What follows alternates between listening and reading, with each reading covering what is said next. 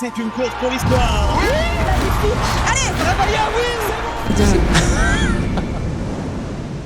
Bon, depuis maintenant plus de 130 ans, les athlètes du monde entier repoussent les limites du corps humain de plus en plus loin. Qu'il s'agisse des Jeux Olympiques d'été ou même d'hiver, chaque édition devient le théâtre des plus grandes prouesses sportives de l'histoire. Et à l'arrivée à la touche, le beat est de retour.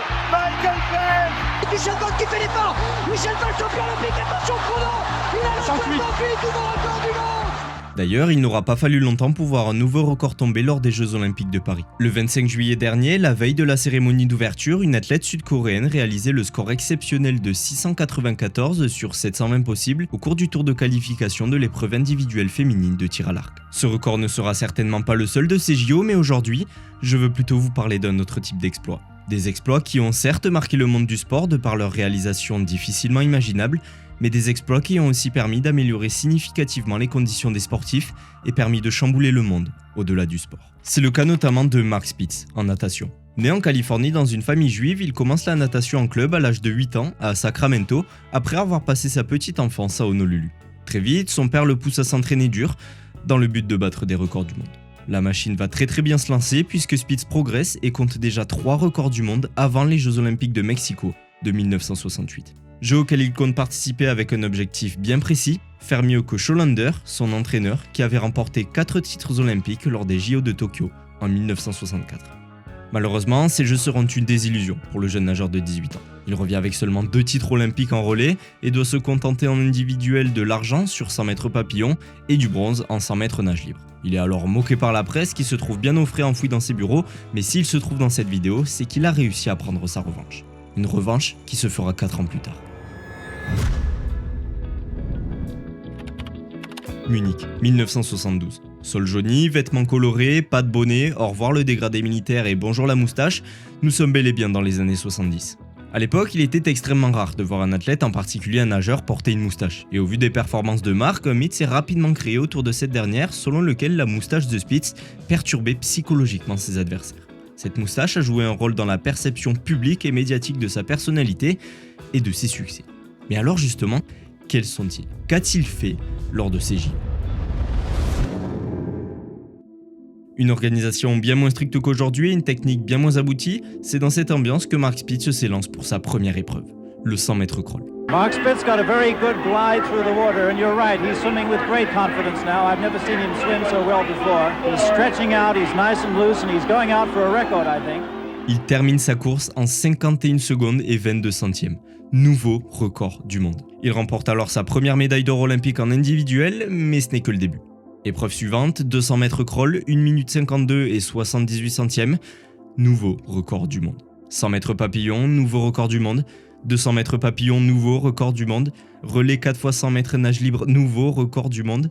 Relais 4 x 200 mètres nage libre, nouveau record du monde. Et enfin, relais 4 x 100 mètres 4 nages, nouveau record du monde.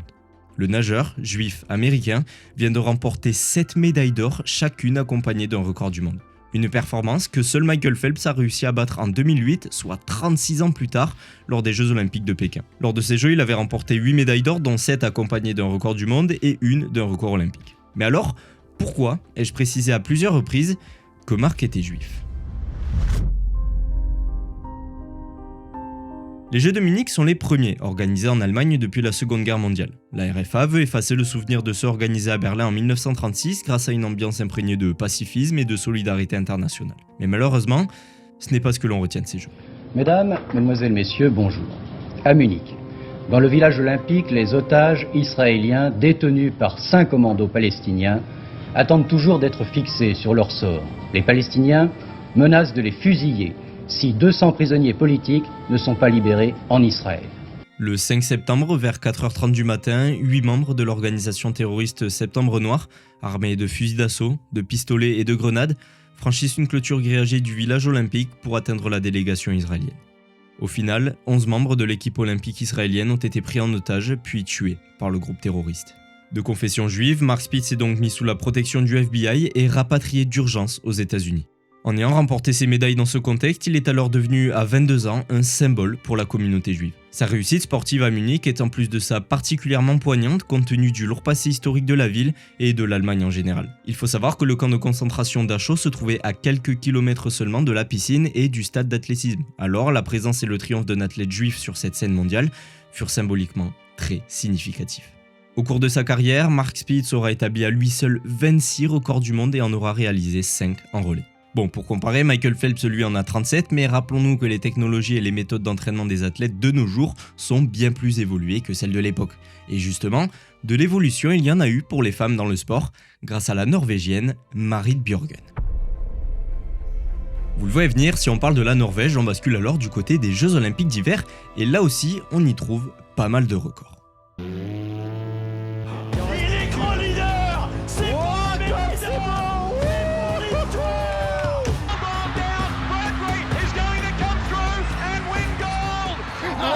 Il faut lâcher les coups. Allez Martin, c'est bien le titre, champion olympique. Alors, Marit Bjørgen, c'est une fondeuse. Mais alors, qu'est-ce que c'est ? C'est tout simplement une athlète de ski de fond. Bon, je pense qu'ils avaient extrêmement faim au moment de trouver un nom pour ces athlètes, mais bref. Marit, elle pèse énormément dans cette discipline, puisqu'elle a pratiquement remporté toutes les compétitions de ski de fond. Elle est tout simplement la meilleure fondeuse de l'histoire. Si bien même qu'elle est désignée en 2005 sportive norvégienne de l'année, hommes et femmes confondus. Mais ce n'est pas la seule fois qu'elle bat les hommes. 2018, Jeux de Pyeongchang. Marit Bjørgen est alors âgée de 37 ans et participe à ses 5e Jeux Olympiques. Elle sait, avant même qu'ils ne débutent, qu'ils seront ses derniers. Bjørgen is the most successful women's cross-country skier in history, winning 3 gold medals in each of the past 2 Winter Games. Reste à finir en beauté afin de pouvoir tourner sereinement la page et ne rien regretter. Évidemment, c'est ce qu'elle fait. La Scandinave réalise un carton plein en bouclant pour la 2e fois de sa carrière sa campagne olympique par un magnifique 5 sur 5. 5 épreuves disputées, 5 médailles récoltées. Cruising down towards her 15th Olympic medal and her 8th gold. And there's a smile creasing the face of the great Norwegian. What a performer, what an athlete, what a champion. She cannot believe how her career has gone. The 30K goes to Marit Bjørgen of Norway. Elle cumule alors un total de 15 médailles olympiques, dont 8 en or, ce qui fait d'elle l'athlète, hommes et femmes confondus, la plus couronnée de l'histoire des Jeux Olympiques d'hiver, détrônant ainsi son compatriote Ole-Einar Bjørndalen. Un sportif dont on n'entend absolument pas parler et qui pourtant se trouve juste derrière Michael Phelps au classement des athlètes les plus titrés de l'histoire si on compte simplement les championnats du monde et les Jeux Olympiques. Et si je vous parle du classement, c'est que Marit n'est pas très loin non plus. Elle se trouve en 4e position derrière Michael Phelps, Ole-Einar Bjørndalen et l'Allemande Birgit Fischer. D'ailleurs, tout jeu confondu, elle est désormais sur le podium des athlètes les plus titrés derrière les 28 médailles de Michael Phelps et les 18 de la gymnaste soviétique Larissa Latinina. Grâce à ce palmarès, Marit est donc devenue un véritable symbole pour les sportifs du monde entier et a permis de faire évoluer la cause des femmes dans le sport. La fédération norvégienne de ski, par exemple, a été inspirée par le retour triomphal de Bjørgen après son accouchement pour mettre en place des politiques de soutien aux athlètes mères. Ils ont développé des initiatives pour fournir des conditions de retour au sport plus favorables pour les skieuses de fond ayant des enfants. D'autres athlètes, comme Serena Williams et Allyson Felix d'ailleurs, ont cité l'inspiration provenant de Bjørgen pour parler ouvertement des défis liés à la maternité et au retour à la compétition. Alors petit à petit, les choses évoluent pour les femmes. En 2018, le CIO a même mis en place des lignes directrices pour soutenir les athlètes enceintes et mères, y compris des mesures pour permettre des pauses dans les compétitions et des conditions de retour adaptées après la maternité. L'ex-fondeuse Marit Bjørgen est donc maintenant à la retraite, mais il y a 2 mois, en mai, la Fédération norvégienne de ski a annoncé le retour de Marit en tant qu'entraîneuse adjointe de l'équipe féminine norvégienne. Et restons dans notre classement, puisque Marit n'est pas la seule femme à avoir fait évoluer la condition des femmes et même pour le coup des sportifs en général. Effectivement, juste derrière elle, en 5e position, se trouve une gymnaste. Enfin, la plus grande gymnaste de l'histoire puisqu'il s'agit de la plus médaillée avec 38 médailles dans les événements mondiaux, 30 en championnat du monde et 8 aux Jeux Olympiques. Elle détient aussi le record de 23 titres mondiaux depuis ses débuts chez les seniors en 2012. Je parle évidemment de Simone Biles. C'est simple, Biles est considérée par beaucoup comme l'une des meilleures athlètes de tous les temps. 1m42, 47 kg, très explosive, très rapide, très musclée. En fait, elle possède un physique parfait pour la gymnastique, ce qui lui permet de réaliser des figures quasiment impossibles à faire pour les autres gymnastes. Alors, très vite, elle devient une vedette internationale, notamment après son quadruple titre olympique lors des JO de Rio en 2016. Ce triomphe historique a marqué un moment significatif dans l'histoire de la gymnastique artistique et du sport en général, en mettant en lumière l'impact de Biles comme pionnière et modèle pour les athlètes noirs, et surtout pour les athlètes noirs dans la gymnastique. On va en reparler dans cette vidéo. Mais bref, Simone, elle se démarque par le degré de difficulté de ses exercices et par les mouvements créés à son nom. En fait, en gymnastique, les figures portent le nom de l'athlète qui les a inventées, popularisées ou exécutées avec une telle précision et difficulté qu'ils sont devenus des références dans le sport. Biles n'en a alors pas une à son nom, pas deux, pas trois, mais bien quatre.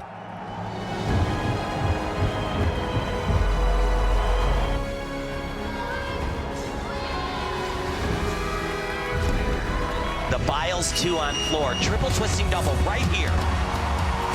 Here it comes, 2 flips, 2 twists, never been done in competition. Alors, très logiquement, elle va être attendue en tant que favorite pour les JO de Tokyo en 2021.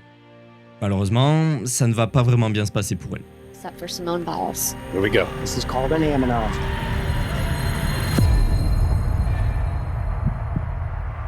Wow. And that was not what was planned. Très inhabituel. Ah Il ouais, faut savoir non, mais que c'est fou de la voir comme ça. Elle est déstabilisée. Elle est Simone très Biles. déstabilisée depuis le début de ses jeux. Elle l'a dit, que c'était beaucoup de pression. Ouais, elle a dit que c'était dur. Elle avait l'impression d'avoir le monde entier sur ses épaules. Voilà, on va pas voir le ralenti, mais elle a pris énormément d'auteur. En fait, à ce moment-là, Simone souffre de ce que l'on appelle en anglais de twisties, ou perte de figure en français. C'est une chose qui peut arriver à n'importe quel athlète soumis à des rotations dans les airs, c'est-à-dire les gymnastes, acrobates, sports extrêmes, donc ski et snow freestyle, BMX, trottinette, skate, bref, vous avez compris.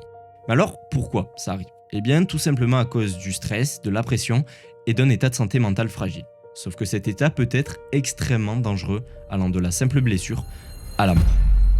Voilà, c'est pas une blague, il faut se rendre compte que la gymnastique, enfin selon moi, est un des sports les plus dangereux qu'il existe.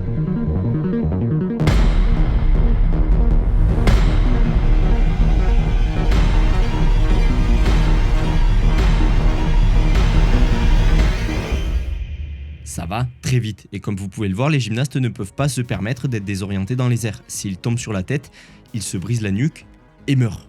C'est pour cette raison que Biles décide de se retirer de la plupart des épreuves lors des JO de Tokyo pour se reconcentrer sur elle-même, et ça fonctionne. Lors de son retour au championnat du monde en octobre 2023, soit plus de 2 ans après les Jeux Olympiques, Biles réalise au saut de cheval le Yurchenko double carpé, une figure tellement bien exécutée qu'elle devient la 5e figure portant le nom de Simone Biles, le Biles 2.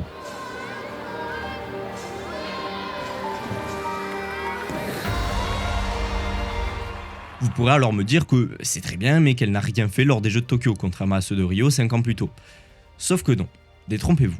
Puisque déjà elle a quand même gagné l'argent par équipe et le bronze en individuel, malgré le fait qu'elle souffre des pertes de figure, et ça c'est quand même déjà très fort. Mais si je parle d'elle dans cette vidéo, c'est parce qu'elle a permis de mettre en lumière un énorme problème auquel les sportifs de haut niveau doivent faire face.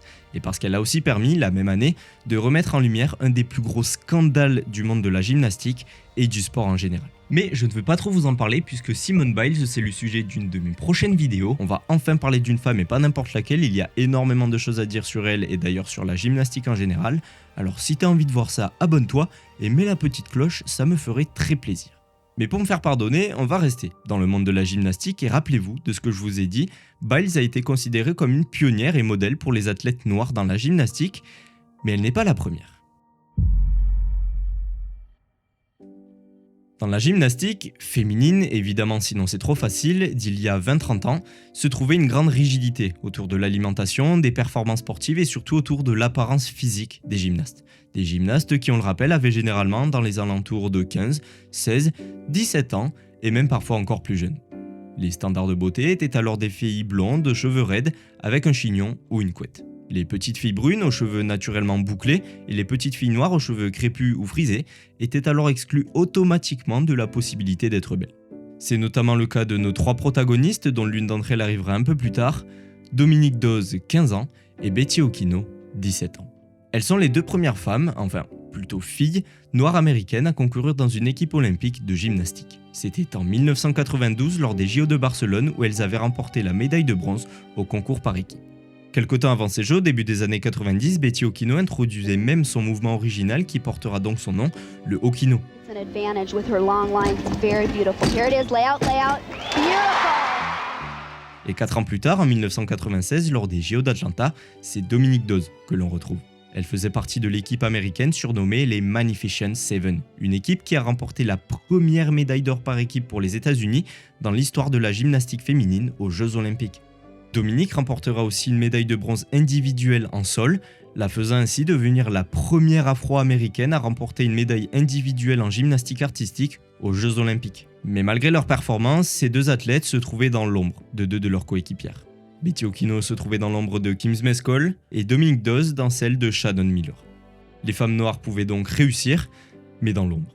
Alors, 16 ans plus tard, lorsque notre dernière protagoniste arrive en sortant du lot, cela dérange forcément un peu. Lors des JO de Rio en 2016, lors des 4 titres olympiques de Simone Biles, l'équipe américaine de gymnastique était composée de Simone, d'Alexandra Reisman, Madison Cauchon, Lorraine Hernandez et Gabrielle Douglas. Pour celles et ceux qui suivent la gym, cela paraît évident, pour les autres ces noms ne vous disent certainement rien, et celui de Gabi Douglas non plus. Mais je peux vous assurer que cette dernière représente beaucoup pour les petites filles afro-américaines qui font de la gym. Surnommée l'écureuil volant du fait de sa souplesse hors norme, elle connaît une ascension fulgurante. En seulement 3 ans après ses débuts nationaux en 2008, elle finit par remporter la médaille d'or du concours par équipe des championnats du monde de 2011 à Tokyo, mais le meilleur reste à venir. Nous sommes aux JO de Londres en 2012. À ce moment-là, Gabrielle n'est alors âgée que de 16 ans.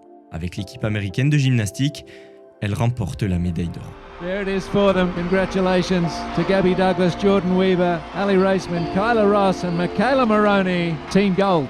L'exploit est d'autant plus important puisque les États-Unis n'avaient plus décroché un titre olympique dans cette discipline depuis 1996. Et rappelez-vous, qui était là en 1996 ? Dominique Dawes. Cet exploit deviendra alors son premier titre olympique, mais quelques jours plus tard, le 2 août, elle remportera une deuxième médaille d'or lors du concours individuel. Elle deviendra alors la première gymnaste américaine à avoir gagné des médailles d'or par équipe et en individuel lors de la même Olympiade, mais surtout la première afro-américaine à avoir remporté le concours général individuel en gymnastique artistique aux Jeux Olympiques. Malheureusement, quelques heures plus tard seulement après son sacre, le soir le plus important de sa vie est devenu un sujet tendance sur Twitter. Évidemment, aucun tweet ne parlait de sa performance puisque les gens préféraient se concentrer sur ses cheveux. Et je m'arrête là puisqu'on en parlera aussi dans ma vidéo sur Simone Biles. Partons maintenant de l'autre côté du Pacifique, toujours dans la même discipline, et parlons du japonais Shun Fujimoto. Shun Fujimoto a la particularité d'avoir participé à une seule et unique édition des Jeux Olympiques, mais aussi la particularité de l'avoir marqué de son empreinte à tout jamais, tel le héros d'un shonen japonais. À l'approche des Jeux Olympiques de Montréal 1976, le Japon dominait la gymnastique masculine en ayant remporté la médaille d'or au concours général par équipe lors des 4 Jeux Olympiques précédents. Le Japon était alors attendu comme favori pour ces Jeux de 1976. Mais vous le savez, à cette époque, le monde était encore plongé dans la guerre froide. Le titre des Japonais était alors menacé par l'équipe d'Union soviétique qui avait parmi leurs rangs le champion Nikolai Andrianov. Une légende du sport qui a terminé sa carrière avec plus de médailles olympiques de gymnastique que n'importe quel autre athlète masculin dans l'histoire. Mais pas question de douter pour Fujimoto et ses compatriotes. We never thought of losing in Montreal. We wanted to preserve Japanese gymnastic history, which was kept for a long time. So, it wasn't pressure, but rather we are eager to keep our past alive. Je vous l'ai dit, le mec est dans un shonen, c'est le protagoniste de l'histoire, il est tout simplement protégé par le scénario. Enfin pas totalement, puisque le prix du maintien des gloires passées allait se révéler très élevé pour le gymnaste japonais. Nous sommes en finale. Fujimoto s'élance pour l'exercice au sol et se brise la rotule. J'ai senti de l'air à l'intérieur de mon genou, mais j'ai essayé de ne pas montrer que j'étais blessé parce que je ne voulais pas que les juges ou qui que ce soit pensent que j'étais blessé.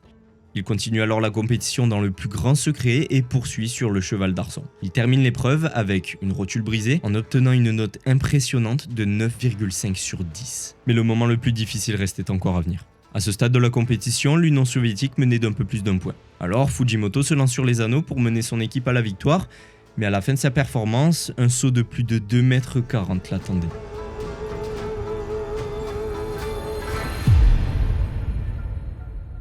Malgré l'incompréhension de tous, notamment les médecins qui l'ont suivi après la compétition, Fujimoto a livré une partition remarquable soldée par un score de 9,7 sur 10. Le japonais a non seulement vaincu la douleur, mais il a aussi battu son record personnel.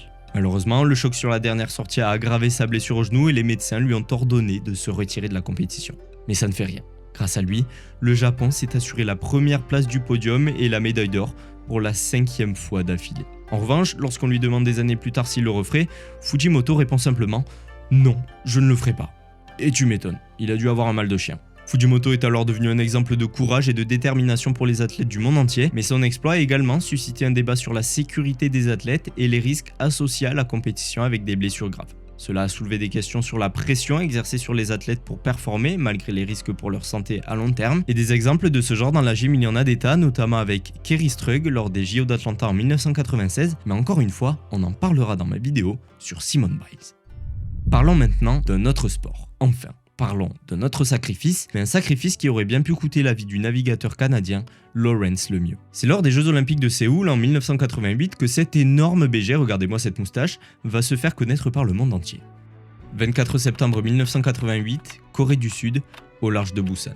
Nous nous trouvons lors des épreuves masculines de voile fine dans la catégorie dériveur monoplace lourd masculin. Lawrence Lemieux n'est pas favori de la compétition, mais il crée la surprise en se retrouvant en 2e position de la course à mi-chemin de la 5e étape au cours d'une série de 7 courses. Et c'est maintenant que tout va basculer. Les conditions météo se mettent à dégénérer. La compétition est presque arrêtée en raison de rafales de vent allant jusqu'à 35 nœuds, soit l'équivalent de 65 km/h. Petit à petit, des vagues de 2 mètres se sont alors mises à bousculer les bateaux, mais les navigateurs ont l'habitude de se battre contre les éléments de la nature et pour eux, il est impensable d'abandonner une course. C'est pourtant ce qu'a fait Lawrence. Il avait trop peur. Trop peur non pas des conditions météorologiques, mais trop peur de regretter toute sa vie de ne pas avoir secouru ces 2 navigateurs de Singapour. En jetant un coup d'œil sur une autre course se faisant simultanée sur des voiliers biplaces, Lawrence voit le bateau d'une équipe de Singapour chavirer. Il voit qu'un des 2 navigateurs s'agrippe au bateau, mais il n'arrive pas à voir l'autre athlète. Les compétiteurs de Singapour avaient perdu leur gouvernail et un des 2 hommes avait tenté d'aller le récupérer à la nage, mais mauvaise idée. Il était incapable de revenir au bateau, le vent et les vagues l'éloignaient de l'embarcation. Alors en voyant ça, Lawrence abandonne l'idée d'une potentielle médaille. Il savait qu'il devait réagir puisqu'il n'aurait pas fallu beaucoup de temps pour que le compétiteur s'éloigne sans que personne ne s'en aperçoive. Cet énorme BG abandonne donc la course pour aller secourir les 2 marins en difficulté et en s'approchant d'eux, il s'est vite aperçu qu'ils étaient beaucoup plus en danger qu'il ne l'avait cru. L'homme qui était agrippé à l'arrière du bateau avait une main coupée et saignait énormément, et son coéquipier lui était si loin du bateau qu'il avait arrêté de nager pour essayer de revenir. Heureusement, Lawrence a à peine eu le temps de voir sa tête sortir des vagues qu'il s'est précipité avec son bateau en sa direction. Il a agrippé son gilet de sauvetage et l'a hissé dans son bateau. Une manœuvre dangereuse qui aurait pu faire en sorte que les 2 hommes tombent à l'eau. Maintenant, le plus dur est à venir. Le bateau de Lawrence n'est pas conçu pour 2 personnes, alors la manœuvre n'est pas facile. Lorsque tu es seul et qu'il faut affronter des vagues, tu peux mettre ton poids vers l'arrière et surfer la vague, mais à 2 personnes dans le bateau, c'est impossible. Mais impossible n'est pas Lawrence Lemieux. Il réussit à ramener le naufragé à son bateau, mais sa mission n'est en revanche pas terminée. Il part maintenant à la recherche du gouvernail perdu. J'ai pensé que si je pouvais retrouver le gouvernail, les naufragés pourraient remettre le bateau à l'endroit et ensuite rentrer à bon port. Lors de cette dernière mission, Lawrence lutte pour que son bateau ne chavire pas, mais finalement un bateau de patrouille aperçoit enfin les marins en difficulté. En fait, lorsque cet incident est arrivé, tous les bateaux de secours étaient déjà occupés et l'équipage de Singapour était incapable de sortir de sa situation. Alors finalement, changement de programme, Lawrence retourne au bateau pour récupérer les 2 naufragés afin de les amener au bateau de secours. Et une fois les marins secourus par le bateau de patrouille, Lawrence a repris la compétition puisque l'épreuve était toujours en cours et n'a évidemment pas remporté de médaille. Enfin, pas totalement. Parce qu'une médaille au jeu c'est cool, mais représenter l'esprit olympique et recevoir de la part du CIO la médaille Pierre de Coubertin décernée à une personne qui a démontré un bel esprit sportif, c'est quand même beaucoup mieux. Maintenant il a 68 ans, il continue de s'impliquer dans la communauté de la voile à différents niveaux, notamment en tant que mentor et conseiller, et il a aussi partagé ses expériences en tant que conférencier dans des forums et des événements sportifs. Et des événements sportifs, il y en a eu, mais si on doit en retenir un, s'il y a bien un événement qui symbolise l'exploit, la politique, l'évolution, c'est évidemment celui que vous attendez le plus depuis le début de cette vidéo, les Jeux de Berlin 1936 avec la célèbre histoire de Jesse Owens.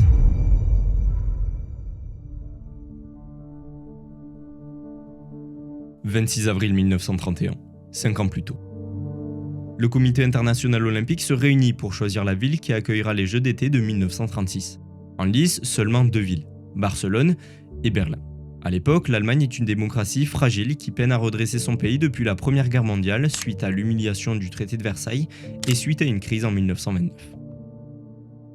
Le CIO voit alors les Jeux comme une opportunité de réparer les torts faits à l'Allemagne, ainsi qu'une opportunité de remettre cette nation sur le devant de la scène sportive internationale.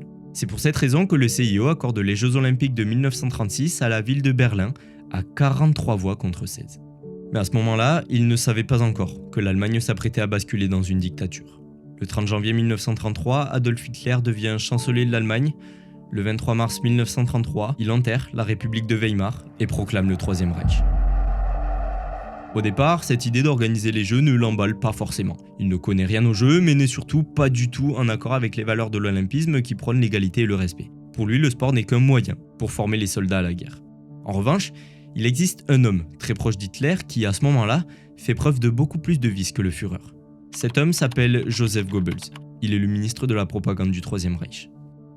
Goebbels voit, à juste titre, une opportunité de propagande encore jamais vue auparavant. Selon lui, cet événement pourrait montrer au monde entier que l'Allemagne a retrouvé de sa puissance, mais surtout qu'elle est dirigée par un chef rassembleur et pacifique. Alors en entendant ça, Hitler se laisse convaincre par son Premier ministre. Son seul objectif est de réarmer l'Allemagne, mais il sait qu'il a besoin de temps, et surtout qu'il a besoin de faire diversion. La machine est donc lancée. Les aménagements débutent alors avec la création du plus grand stade encore jamais vu, le stade olympique de Berlin, utilisé d'ailleurs dernièrement pour accueillir la finale de l'Euro 2024. Débute ensuite la construction d'un village olympique extrêmement moderne pour accueillir les 4500 athlètes prévus pour la compétition, et ce dernier sera le premier à ne pas être éphémère. Le but, le transformer en camp militaire à la fin des Jeux. Enfin, Hitler ordonne la création de 2 nouvelles lignes de métro ainsi qu'une grande voie triomphale pour accueillir un défilé motorisé. Évidemment, certains mouvements, en Angleterre, en Suède, en France, mais surtout aux États-Unis, nation qui possède la plus grande délégation, appellent au boycott de ces Jeux. Alors face à cette menace, qu'Hitler et Goebbels prennent très au sérieux, le Troisième Reich décide de s'engager sur plusieurs mesures. Il s'engage à ce que chaque athlète, peu importe la nationalité ainsi que la religion, y compris les juifs, soit accueilli comme il se doit lors de ces Jeux. Les autorités allemandes autorisent alors l'escrimeuse juive Hélène Meyer à représenter l'Allemagne lors de la compétition. Ils iront même jusqu'à élire Wolfgang Förstner, un Allemand d'origine juive, directeur du village olympique. Bon, bizarrement, ce dernier se suicidera mystérieusement le 19 août 1936, soit seulement 3 jours après la cérémonie de fermeture des Jeux, d'une balle de pistolet. Les sources qui annoncent ce suicide, la propagande nazie qui parle alors d'un accident alors qu'il nettoyait son revolver. Mais bref. Pour finir, les autorités organisent un grand nettoyage dans les rues berlinoises en retirant toutes les affiches à caractère antisémite et raciste. Le CIO croit alors naïvement dans les promesses des nazis et Hitler se fait à ce moment-là un allié de taille. Pierre de Coubertin, qui n'est nul autre que le créateur des Jeux Olympiques modernes et qui ne cache pas son admiration pour Adolf Hitler. Alors ça y est, c'est dans ce contexte que les premières délégations arrivent en juillet 1936. Ensuite, le 20 juillet, un athlète allemand allume une torche en Grèce et s'élance. C'est le début du tout premier relais de la flamme olympique de l'histoire. Si aujourd'hui il permet de mettre en lumière chaque région du pays hôte, ce dernier avait une toute autre utilité en 1936. Le but, accentuer la supposée origine antique des Aryens, la race supérieure dont ils s'estiment les descendants.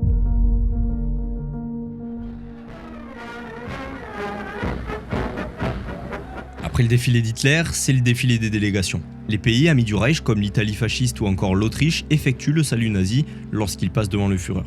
Les Anglais et les Américains, eux, ne font rien, mais la France, elle, s'oppose. En revanche, elle s'oppose de façon très maladroite. Le salut qu'effectue la délégation française n'est pas le salut nazi, mais le salut de Joinville ou, si vous voulez, le salut olympique. Bras droit, tendu, vers le côté. Un salut choisi par Pierre de Coubertin et adopté pour les Jeux d'Anvers en 1920. Prenant ce signe pour un salut nazi, la foule répond à l'unisson, mais les nazis vont vite déchanter lorsqu'un jeune afro-américain de seulement 22 ans va anéantir à lui tout seul le mythe de la supériorité de la race aryenne. Son nom, vous le connaissez, Jesse Owens. Nous sommes le 3 août 1936, dans le stade olympique de Berlin sur la ligne de départ du 100 mètres. Le coup de feu retentit et Owens nous fait une Léon Marchand. Il prend très largement les devants de cette course et remporte la médaille d'or.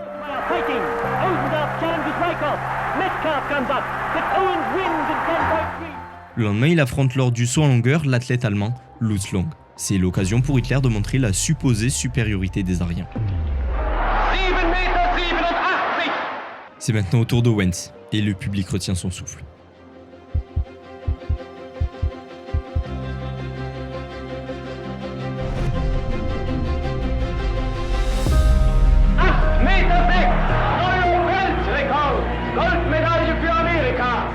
Jesse Owens et Lutz Long, qui ont développé une grande amitié et une admiration mutuelle, se félicitent l'un l'autre sous les yeux d'Hitler. C'est une double défaite pour le Führer qui continuera quelques jours plus tard lors des épreuves du 100 mètres et du relais 4x100 mètres où Owens remportera de nouveau les médailles d'or.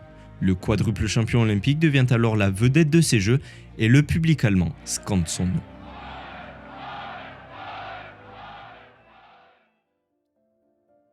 C'est ainsi que se terminent les Jeux de Berlin, sans accroc, mais malheureusement c'est la délégation allemande qui remporte ces Jeux au tableau des médailles spécialement conçus pour l'occasion. De son côté, Jesse Owens rentre au pays couronné de gloire en tant que héros national, une gloire éphémère, puisqu'Owens va très rapidement retrouver sa vie d'avant, celle d'un sous-citoyen noir d'un pays ségrégationniste. Malgré ses exploits lors de ces Jeux, le président américain Franklin Roosevelt refuse de voir Owens par peur de perdre son électorat des grands États du Sud où le racisme et la ségrégation sont le plus présents. Alors Jesse Owens se retrouve à enchaîner les petits boulots et ses talents d'athlète lui servent à arrondir les fins de mois lors de spectacles dégradants lors de courses contre des chevaux. Il faudra attendre 40 ans pour que le président américain Gerald Ford rende enfin hommage à Jesse Owens. Ce dernier n'oublie pas non plus Lutz Long qui trouvera la mort en 1943 pendant la Seconde Guerre mondiale. Owens sait qu'il lui a fallu beaucoup de courage pour exposer son amitié sous le regard d'Hitler et sait que le Führer devait être fou de les voir se donner l'accolade.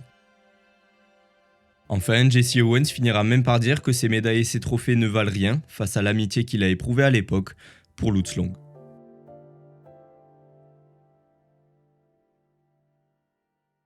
Bon, finissons maintenant sur une note plus légère et beaucoup plus drôle, laissez-moi vous raconter l'histoire très touchante d'Eric Moussambani. En 2000, Guinée équatoriale.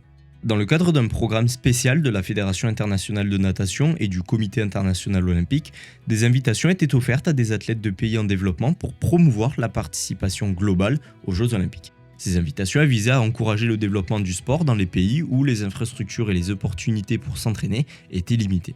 En janvier 2000, la Fédération équato-guinéenne de natation s'est alors mise à la recherche d'athlètes pour participer aux Jeux de Sydney.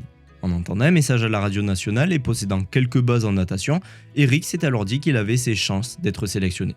Il voulait représenter son pays et montrer que même des athlètes venant de nations avec peu de ressources pouvaient participer aux Jeux olympiques. Le rendez-vous est donc donné, direction l'hôtel Eureka dans lequel se trouve la seule piscine du pays. Le jour J, ils ne sont que deux à se présenter, une femme et lui. Les dirigeants m'ont quand même demandé de plonger dans la piscine pour vérifier que je savais nager et ils ont dit « c'est toi qui pars au jeu ». Alors, à partir de là, Eric commence un entraînement intensif, sans coach professionnel ni installation moderne. Il ne pouvait s'entraîner que 3 heures par semaine dans la piscine de cet hôtel, de 5h à 6h du matin pour ne pas déranger la clientèle.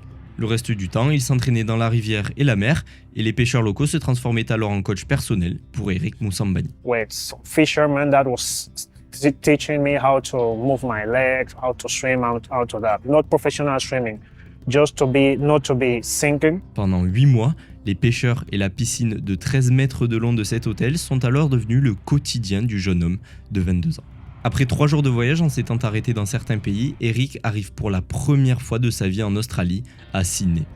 Tout était immense pour lui. L'aéroport, le village olympique, mais surtout la piscine olympique de 50 mètres de long. When I saw the swimming pool for the first time, that was my first time to swim. It's a 50-meter swimming pool. So I was so scared because they told me that is going to be the swimming pool that I was going to compete. 6 heures d'entraînement étaient en même temps que l'équipe des États-Unis, alors il en profitait pour aller voir leur entraînement, leur façon de nager et tout simplement leur technique en général. N'ayant aucune technique, Eric demandait alors des conseils auprès des différentes équipes. Certains l'ignoraient, mais d'autres lui venaient en aide. When they saw me swimming in the training area, some come and asked me if I'm going to compete. I told him that yes, I was going to compete. He told me that he doesn't see a swimmer in me. I mean that because I don't have any technique and I don't know how to do things. He was going to teach me. Le héros, qui est venu en aide à Eric, se trouvait être l'entraîneur de l'Afrique du Sud. Il lui a alors expliqué, comme les pêcheurs le faisaient, comment bouger ses pieds, ses mains, ses bras de façon cette fois professionnelle. Le seul problème, c'est qu'Eric n'arrivait pas à coordonner sa respiration. Et malheureusement, il était déjà trop tard. 19 septembre 2000, 10h du matin, première série de la journée, 100 mètres nage libre. Moussambani se présente avec 2 autres athlètes bénéficiant de ce même programme d'invitation, ce qui explique pourquoi il n'avait que 3 nageurs dans sa série. Ne connaissant pas le règlement, Eric avait acheté dans une friperie un short de bain, mais pour ne pas être disqualifié, l'entraîneur sud-africain lui a alors prêté ce magnifique maillot bleu, ainsi que ses lunettes. Et c'est en voyant les autres nageurs que l'on remarque le contraste énorme qu'il existe entre eux et Eric. Eux possèdent un bon maillot, des bonnes lunettes, un bonnet de bain, tandis qu'Eric est pris pour concourir contre Mark Spitz 30 ans plus tôt.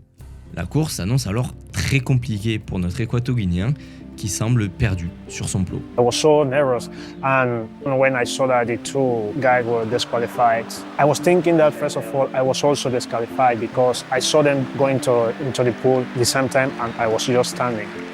But later on the referee told me that I am the one who have to swim. That gave me more nervous because I knew that everybody was watching me. C'est son moment. Tout le monde le regarde, Eric est seul au monde, encore une fois, il se retrouve seul dans cette piscine olympique de 50 mètres de long, mais en réalité, c'est tout un stade qui le soutient. Il s'en fiche du temps, ce qu'il veut c'est terminer cette course pour sa famille, ses amis et son pays.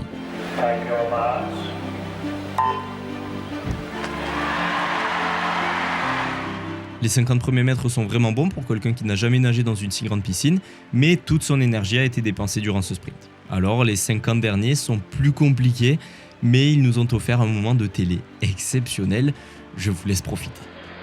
C'est inédit comme image. Alors regardez un petit peu, c'est un style évidemment assez académique.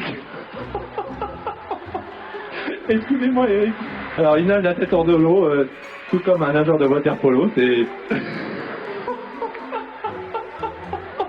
Attention au virage. Non mais ça reste une image forte quand même, ah, oui. Parce que très franchement, on rit, mais c'est vraiment l'esprit olympique d'il y a il est très applaudi. Non c'est formidable, vraiment c'est formidable. Une 52-72, il est ovationné Eric Moussambani. When I touched the finish line, it was just, oh, I did it. I was okay, the first swimmer in my country to complete 100 international competition swimming style. I was so happy that I did it. Comme le dit le commentateur, évidemment que cette course est formidable puisqu'il est le premier équato-guinéen à participer aux Jeux Olympiques en tant que nageur. Il termine sa course en 1 minute 52 et 72 centièmes, ce qui est plus de 2 fois plus long que le record du monde étant de 46 secondes et 40 centièmes et 10 secondes de plus que le record du monde du 200 mètres qui est de 1 minute et 42 secondes.